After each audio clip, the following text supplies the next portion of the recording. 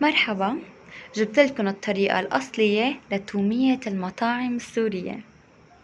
سهلة جدا. بدنا مقلاية حنحط فيها كوبين مي عادية، وبنفس المعيار بتاع المي حنحط كوب من نشا الدرة،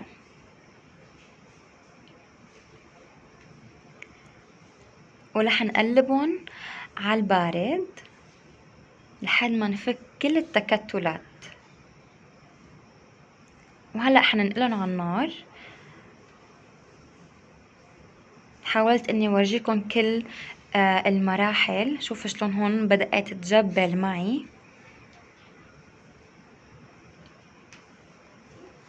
وهون يعني صارت مثل العجينة هيك، صارت تمام. هلا حنحاول نلم الأطراف، وبعدين حنحطها بالبراد شي 10 دقايق ربع ساعة قد ما فيكي. بعد ما بردت حتحطيها بأي محضرة طعام عندك،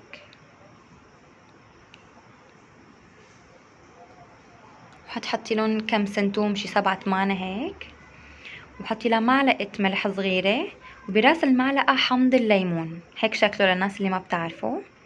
بدنا معلقة أو معلقتين من الخل الأبيض العادي، وطحنيهم. وبعد بشوي صغيرة مرقي سلسولة من الزيت، بدنا نص كاسة زيت نباتي عادي. وبعدين افتحي وحطي لها شرة مي و4 مكعبات من التلج. شايفين التلج بيخلي لونها هيك أبيض. بهالمرحلة فيكي تدوقيها تشوفي شو بدها، ناقصة ملح، ناقصة خل، ناقصة توم، انتي زبطيها على مزاجك. بس المقادير اللي اعطيتك اياهم مزبوطين تمام.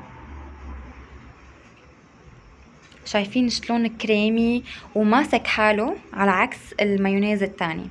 طلع معي هذا الصحن، ومعي كمان هاد القطرميز، فيك تحطيه شي 2-3 بالبراد وما بيصير له شي ابدا. وبس هيك، باي باي.